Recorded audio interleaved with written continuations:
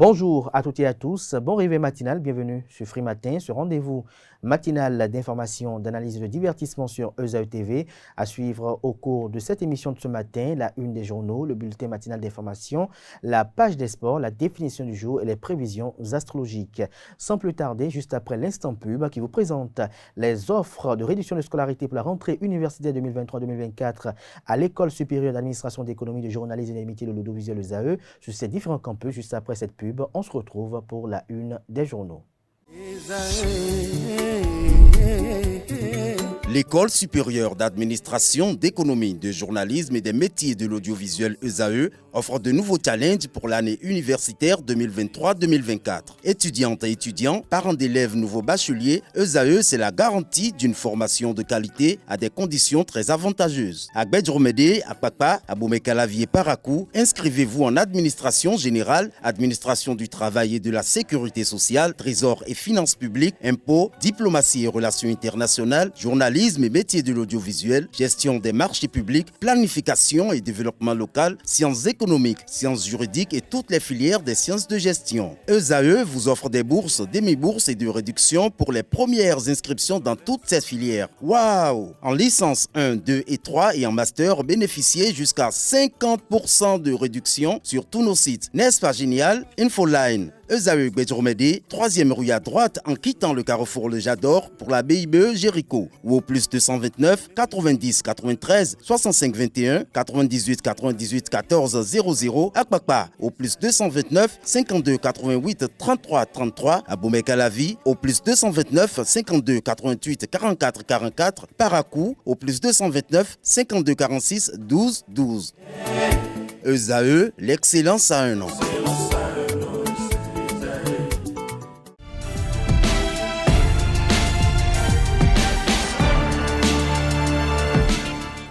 Bonjour à nouveau, chers amis internautes. Le quotidien béninois d'information générale et d'analyse L'Informateur nous propose ce matin en manchette métier d'enseignant, prise en compte des postulants frappés par le critère d'âge, les contours de la décision, les ministres Éléonore Yaïla Descamps en charge de l'enseignement supérieur et de la recherche scientifique et Adidiat Mastis en charge de la fonction publique et du travail, assisté du porte-parole du gouvernement Wilfried Léandre Humbedji, ont rencontré ce jeudi 28 septembre 2023 les aspirants au métier d'enseignant pour leur expliquer les tenants et aboutissants de la décision du gouvernement de prendre en compte les postulants au métier d'enseignant frappés par le critère d'âge. L'autre bonne nouvelle est que les aspirants ayant même au-delà de 45 ans peuvent prendre part à des concours au niveau de la fonction publique. Plus d'informations à la page 3. En deuxième de titre à la une ce matin, drame à Semekrake, les parents des victimes appelés au commissariat. Dossier Tiens DSCOM, Évrard Sossoukpe, toujours pas extradé, nous apprend la une de ce matin de L'Informateur. Annulation de l'élection de Yansari en Guinée, saisie la Cour de justice de la CEDEAO, la Communauté économique des États de l'Afrique de l'Ouest se prononce le 9 novembre 2023. Le gouvernement de la Guinée au banc des accusés. À l'oreille droite, on peut lire Journal École, une invite à découvrir dans les colonnes de la parution ce matin du Canard les productions journalistiques des étudiants en formation sur les différents campus de l'ESAE, l'école supérieure d'administration, d'économie, de journalisme et des métiers de l'audiovisuel à Cotonou, notamment à Gbedjromede et à Kpakpa dans la ville d'Abomey-Calavi et celle de Parakou. Le quotidien de service public titre ce matin en manchette, célébration de la Gani 2023 à Niki. Le nouvel empereur marque des points, des images saillantes qui dénotent, la célébration de cette année aux pages 8 et 9.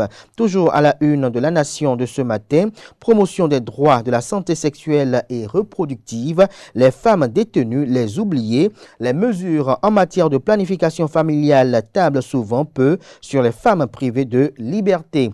Le besoin reste pourtant entier dans le milieu carcéral, le sexe faisant partie intégrante de la vie humaine. L'article à retrouver à la page 5.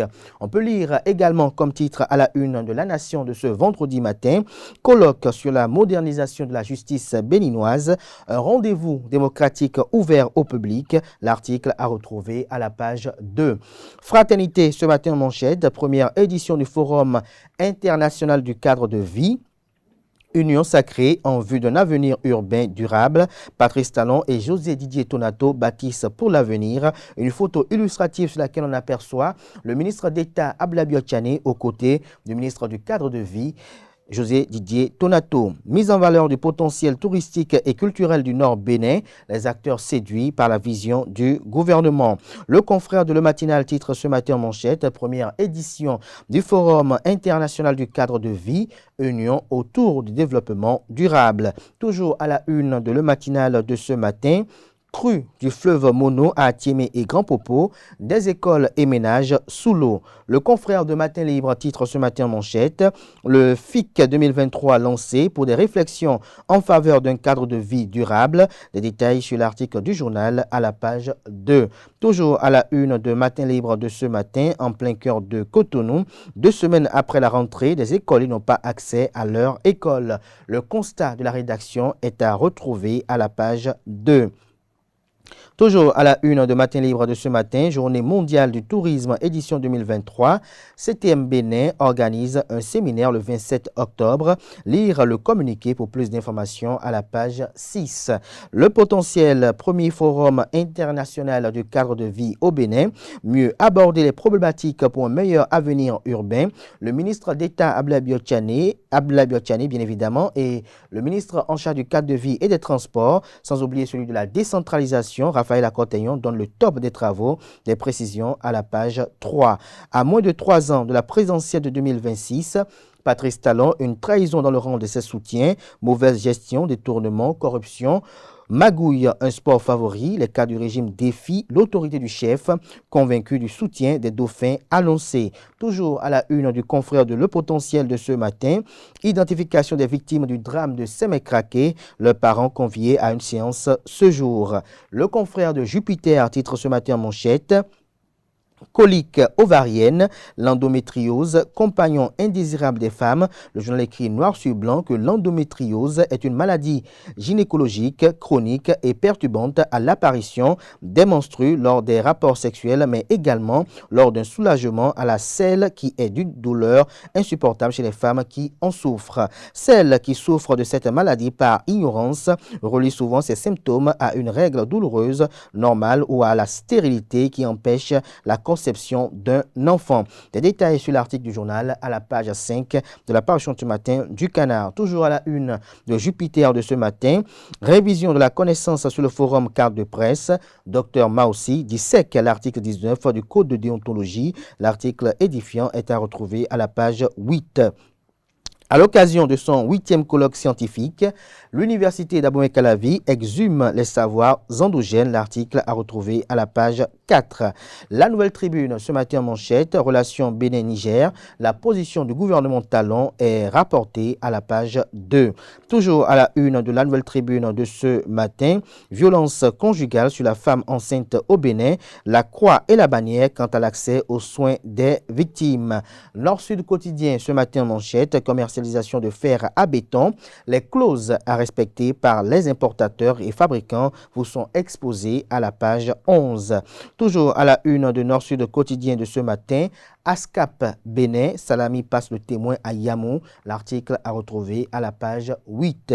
Le quotidien Nassiara titre ce matin à sa une, culture, les élites de l'ère culturelle Bariba célébrées. Des précisions dans les colonnes de la parution ce matin du journal qui a également pour titre ce matin à sa une, présidentielle de 2026, Bertin Corvi suscite l'idée des primaires au sein du parti politique Bloc républicain.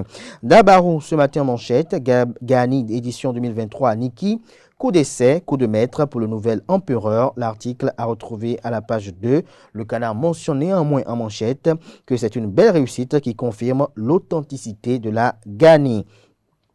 Célébration de la Gani à Niki, Aurélie Adam Soulé Zoumarou honore une fois encore la cour impériale, fait savoir Dabaro à travers sa une de ce vendredi 29 septembre 2023. Drame à Sémécraqué, le gouvernement échange avec les parents des victimes ce matin, nous apprend la manchette de ce matin de La Primeur. Promotion de la santé communautaire, le Bénin reçoit un important lot de boîtes à images de l'Organisation mondiale de la santé OMS. Le télégramme incendie meurtrier de Sémécraqué, le pape François s'associe à la douleur des proches des victimes des messes spéciales ce vendredi 29 septembre 2023. Les familles des victimes invitées à une séance d'information. Toujours à la une de Le Télégramme de ce matin, recrutement de 15 auditeurs à l'inspection générale des finances, nom et prénom des candidats présélectionnés au concours à la page 3. Pour escroquerie, un faux forestier arrêté à Boïcon, nous apprend la une de ce matin de Le Télégramme. Nous passons à présent au journal Les 4 vérités. Premier forum international du cadre de vie du 28 septembre au 2 octobre 2023.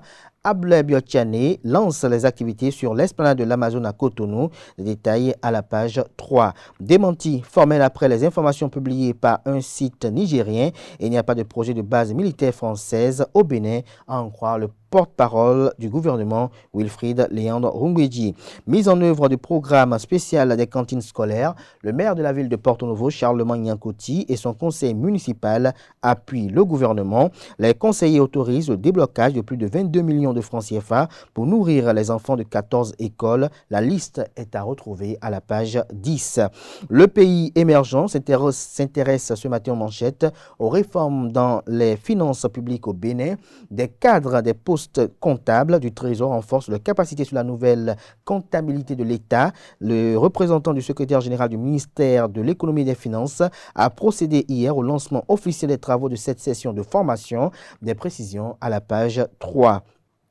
Premier tour des éliminatoires de la CAN féminine Maroc 2024. Les Amazones humiliées à Cotonou, la rançon de l'impréparation et de l'amateurisme. Les filles étaient envoyées à l'abattoir, les limites de l'encadrement technique. Les âneries du coach symphorien Théo.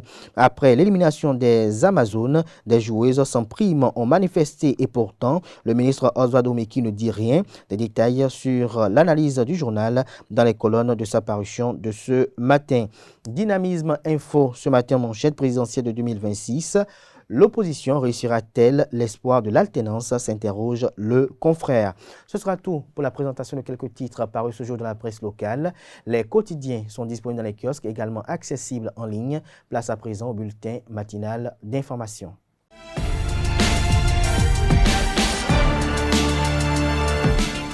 Bonjour, l'ambassadeur de France au Niger, Sylvain Ité, a quitté Niamey le mercredi 27 septembre pour se rendre à Paris, a annoncé le ministère des Affaires étrangères. Ce retour sur le sol français intervient 3 jours après que le président de la République, Emmanuel Macron, a annoncé le dimanche le rapatriement de l'ambassadeur. Les citoyens béninois commentent cette actualité au micro de Deogracias Somakou.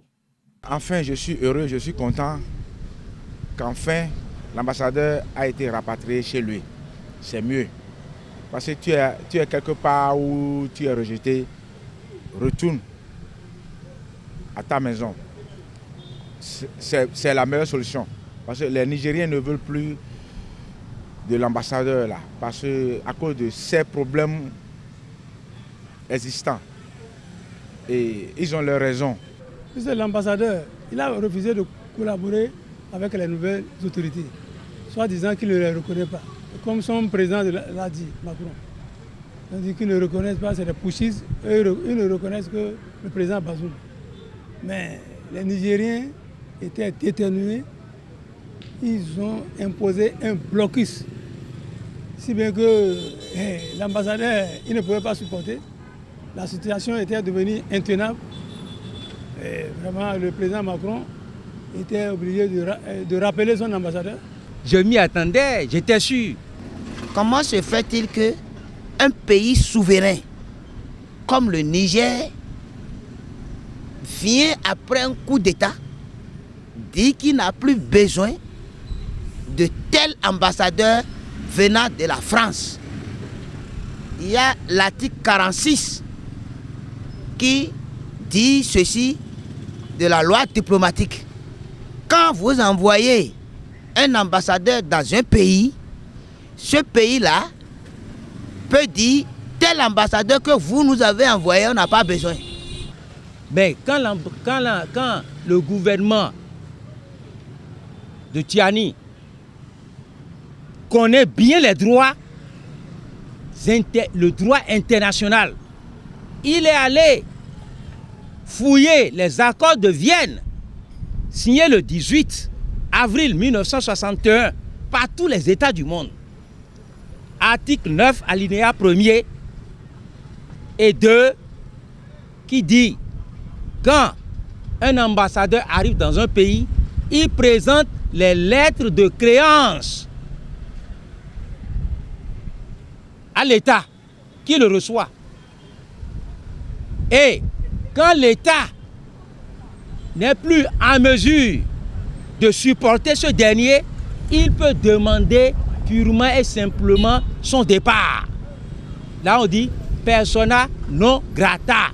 Cela ne veut pas dire que le Niger est contre la France. Le Niger est contre la politique française qui est là actuellement. Donc, sincèrement, je suis vraiment content pour ce retrait-là. Et d'ici en décembre, les militaires qui sont là aussi vont se retirer. C'est une décision sage et mature, parce qu'à un moment donné, on ne peut pas s'imposer lorsqu'on n'est pas du pays. La France est un pays comme le Niger. Enfin, ça permet à la France de négocier autrement sans cet ambassadeur qui est devenu personnel non grata au Niger suite à un coup d'État. Moi, je pense qu'ils ont perdu le temps pour rien. Ce qu'ils devaient faire dès le début, ils ont traîné. Et finalement, ce qu'ils ne voulaient pas, et c'est ça qu'ils ont fini par faire. Ça ne m'étonne point. Et il est revenu à la raison, M. Macron, parce que c'est un jeune président que moi j'estimais beaucoup, parce qu'il a pu faire beaucoup d'ouverture politique internationale par rapport à l'Afrique. Aucune conséquence.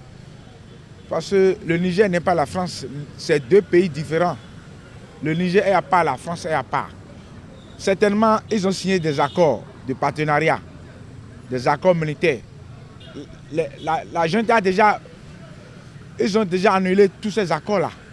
La Maison des Jeunes de Niki a abrité le jeudi 28 septembre 2023 la célébration de la Journée mondiale du tourisme, une édition qui coïncide avec les manifestations officielles de la GANI 2023.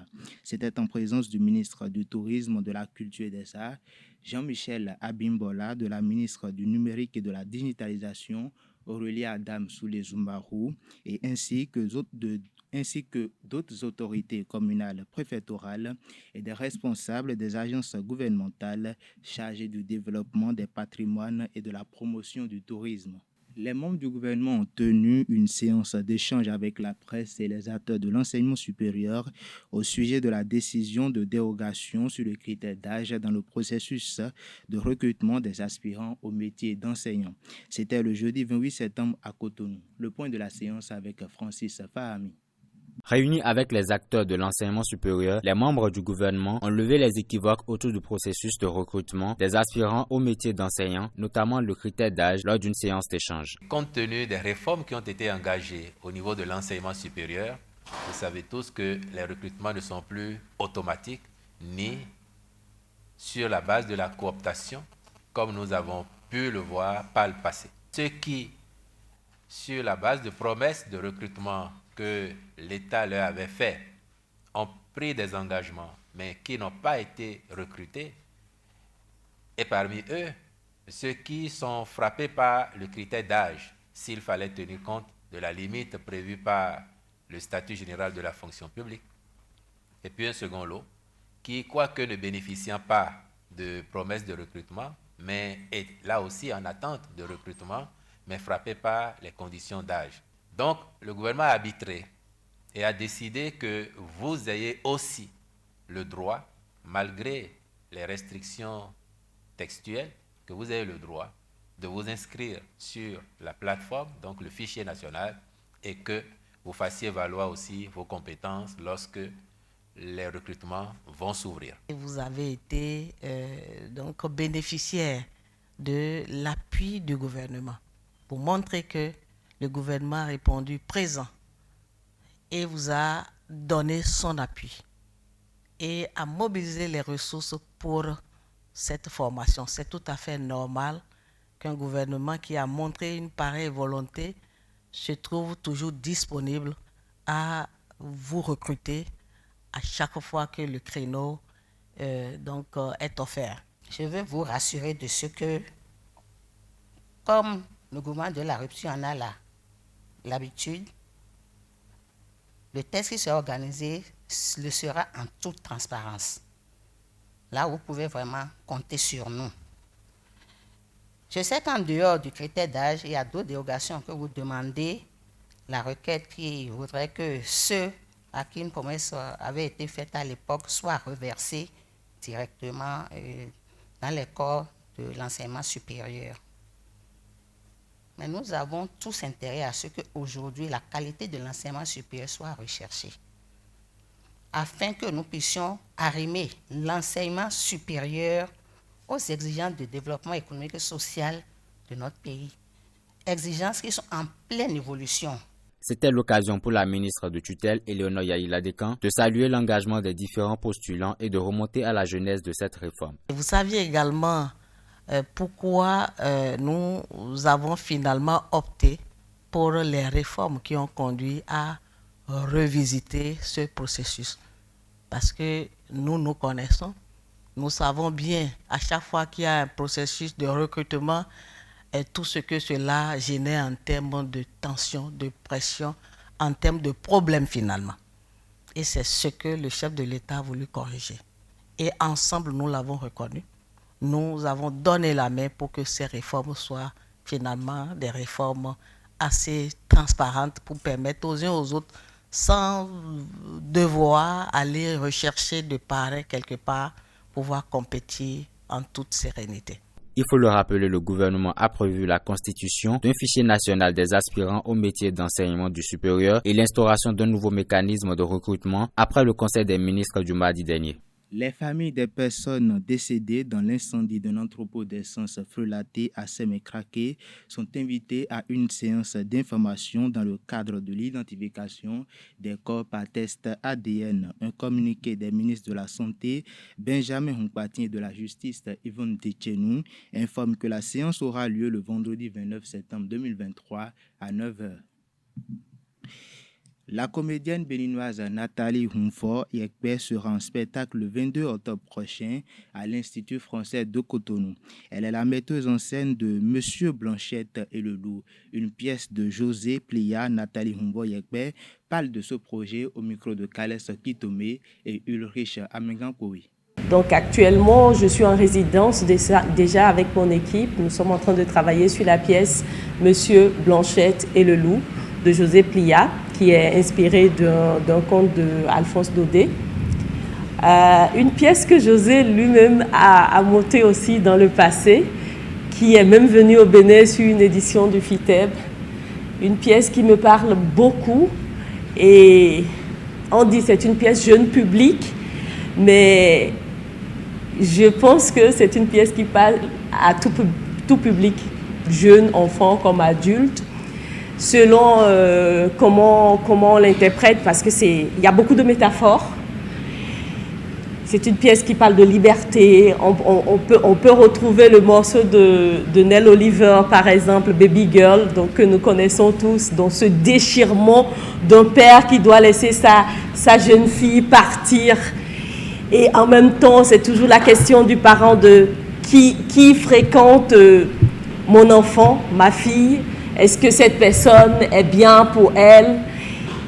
Donc, c'est tous ces questionnements-là, mais une histoire simple, comme José Plia sait le faire. Il fait tout dans la simplicité, mais avec une précision extraordinaire.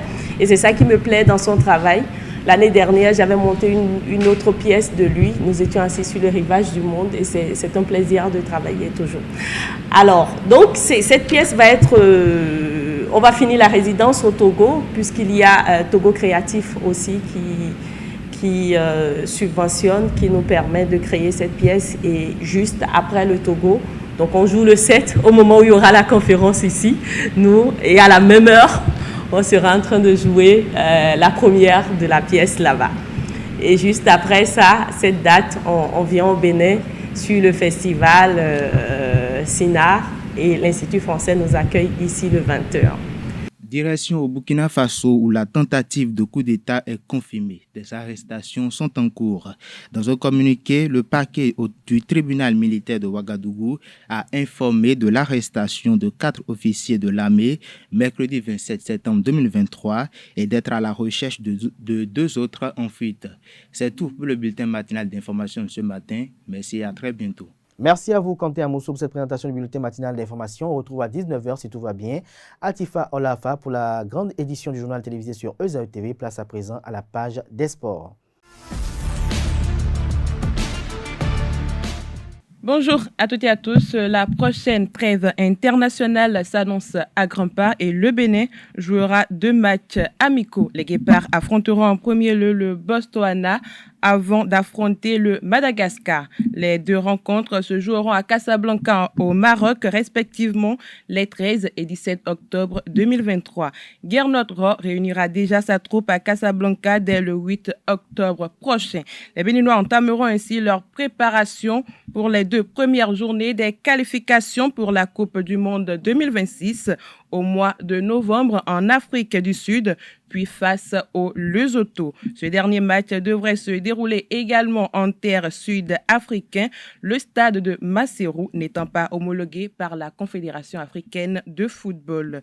Dans le cadre de la mise en place des instances de gestion de la bosse au plan régional, le chargé de mission de la Fédération béninoise de bosse dans les départements de l'Atlantique et du littoral a tenu dans la matinée d'hier jeudi une séance de travail avec les présidents de clubs au siège de la FEBEBOSS à Cotonou. Suivez le compte rendu de cette rencontre avec Setondélarius Adiagbeno. Nul ne sera de trop.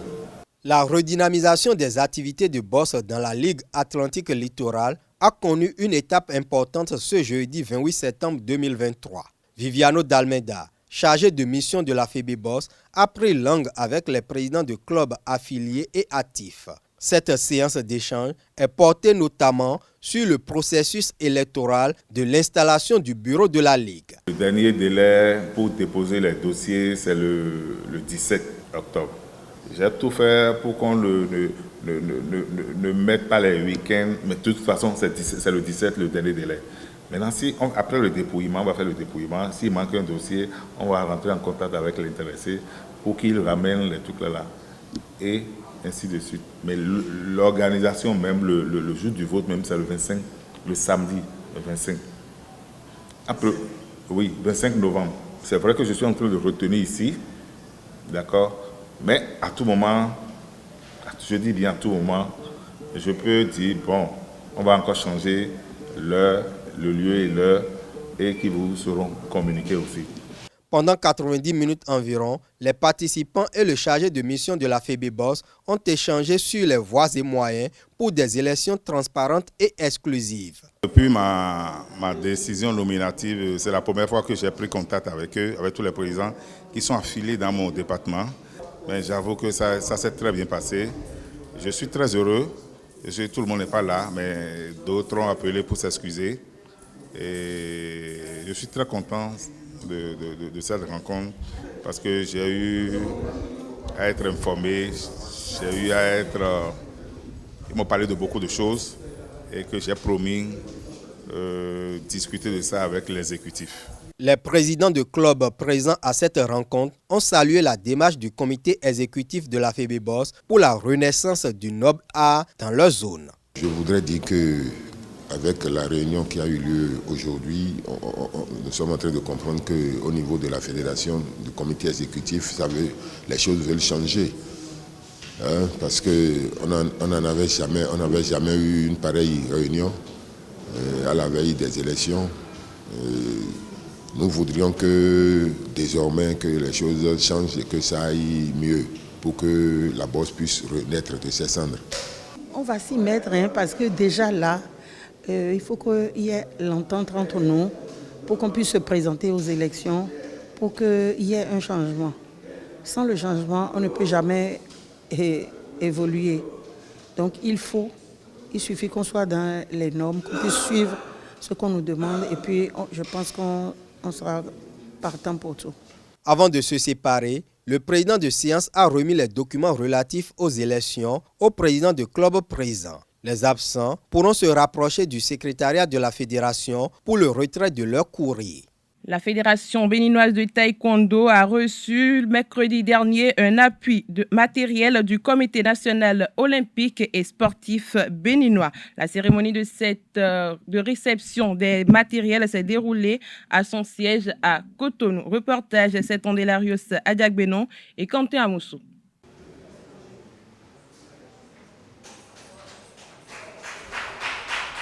Un geste symbolique, mais plein de sens pour le taekwondo béninois. Le Comité national olympique et sportif béninois vient en appui à la fédération dans sa quête de modernisation des équipements aux normes internationales. Vos athlètes devront s'exercer désormais sur des tatamis au standing international. Et ce n'est pas tout. Vous savez quelle est la suite, puisque vous venez de nous le souffler, les dispositions sont déjà prises, autant par le comité olympique que par votre fédération, pour que d'ici là, l'exercice de ce sport arrête d'être soumis aux yeux simplement des arbitres de ce sport, mais que cela puisse être mesuré et signalé par l'équipement électronique nécessaire qu'il faut. Quoi de plus indiqué en de pareilles circonstances pour exprimer sa reconnaissance aux donateurs si ce n'est une démonstration des taekwondoïnes sur les tatamis reçus.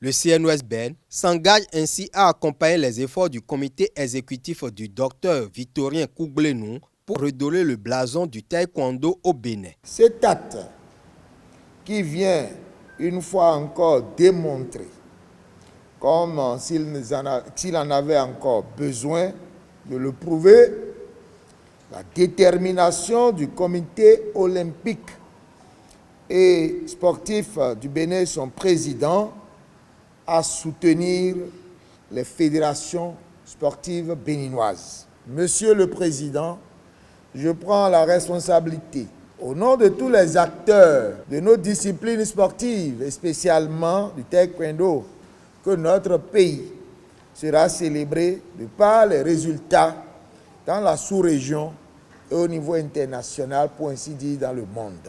Il est à noter que cette cérémonie de remise des équipements à la Fédération béninoise de taekwondo a été couplée avec la dotation de la FEBELUT en matériel. Pour finir, la compétition de football Maracan Grand Popo 2023 continue de livrer des matchs. Le match entre les États-Unis et le Canada s'est soldé par une victoire étriquée de 1-0 pour l'équipe canadienne. Dans un match âprement disputé, la Côte d'Ivoire a battu le Togo avec un score de 2-1. Le Bénin a remporté une victoire serrée de 2-1 contre le Mali. Le Togo a pris le dessus sur la Guinée avec une victoire convaincante de 3-1. Le Mali a enregistré une victoire 2-0 contre le Cameroun. Le match entre la Côte d'Ivoire et la Guinée s'est soldé sur un match nul 1-1, mais la Côte d'Ivoire a finalement remporté au tir au but sur un score de 5-4. Dans le dernier match de la journée, le Bénin a battu le Cameroun 1-0, le but décisif étant marqué par Taoufik Afo. En quart de finale, le Burkina Faso rencontrera le Cameroun dans un match qui s'annonce tendu et décisif. La Côte d'Ivoire devra faire face au Togo, un duel qui mettra à l'épreuve la résilience des deux équipes. Le Mali affrontera le Canada dans un match où chaque but comptera. Le Bénin sera en compétition contre la Guinée dans un match qui déterminera l'équipe qui poursuivra sa quête du titre. C'est tout pour la page des sports de ce matin. Merci et à très bientôt. Merci à vous, Colomb, pour cette présentation des sports. À présent, chers amis internautes, s'installe Francis Fahmi pour la définition du jour.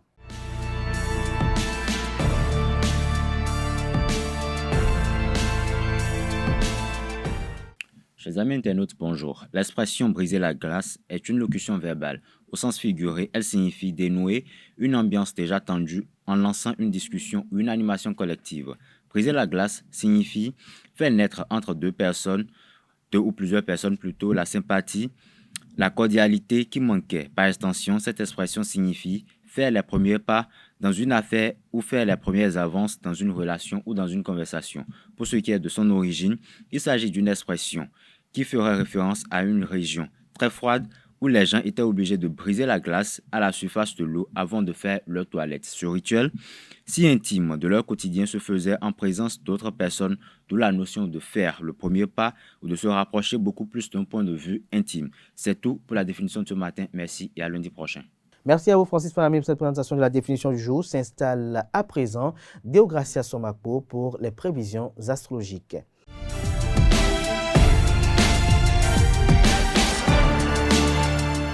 Bonjour à toutes et à tous, bienvenue dans la rubrique Horoscope du jour. Bélier, laissez libre cours à votre imagination et explorez de nouvelles idées ou projets.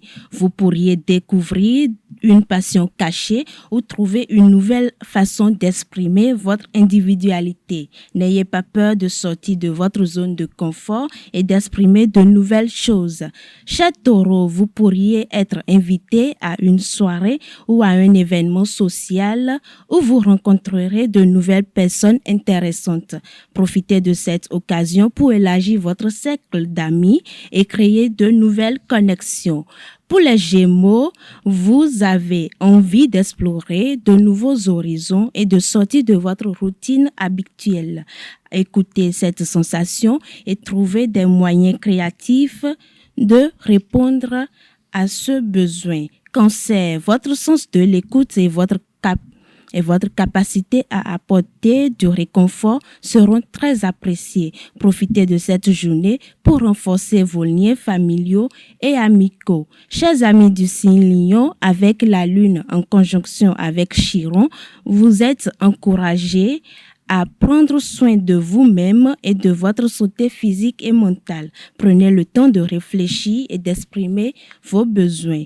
Pour nos amis vierges, accordez-vous une pause bien méritée et consacrez du temps à des activités qui vous apportent du bien-être. La méditation, le yoga ou une promenade dans la nature seront particulièrement bénéfiques pour votre équilibre intérieur. Balance, si vous êtes célibataire, soyez ouvert aux rencontres et aux opportunités. Vous pourriez rencontrer quelqu'un de spécial qui pourrait changer votre vie. Si vous êtes en couple, profitez de cette journée pour renforcer votre relation à travers la communication et l'écoute mutuelle. Chers amis Scorpions, laissez le champ libre à votre imagination et trouvez des moyens uniques de montrer qui vous êtes vraiment. Cela attirera les bonnes personnes de votre vie et renforcera votre confiance en vous. Sagittaire, vous pourriez avoir du mal à vous concentrer sur vos tâches quotidiennes et à rester motivé. Essayez de faire une liste de tâches et de vous organiser afin de rester sur la bonne voie. Chers amis du signe astrologique Capricorne, prenez le temps de réfléchir à vos objectifs personnels et à ce que vous voulez vraiment dans votre vie. Faites le point sur vos valeurs et assurez-vous que vos actions sont alignées avec celui-ci. Verseau, évitez les signes. Verseau, évitez les situations stressantes et accordez-vous des moments de relaxation. Profitez de cette journée pour faire quelque chose qui vous procure de la joie, que ce soit une activité créative, un passe-temps ou simplement passer du temps avec vos proches. Et pour finir avec les amis poissons, il est important de prendre du temps pour vous, connecter avec vos émotions et reconnaître vos besoins personnels. N'ayez pas peur de demander de l'aide si nécessaire, car il y aura des personnes prêtes à vous soutenir. C'est tout pour la rubrique Horoscope du jour. Merci de l'avoir suivi. Et voilà, chers amis internautes qui met un thème à Free Matin ce matin. Merci pour l'attention, portez-vous bien. On se retrouve le week-end pour les rendez-vous médias du week-end.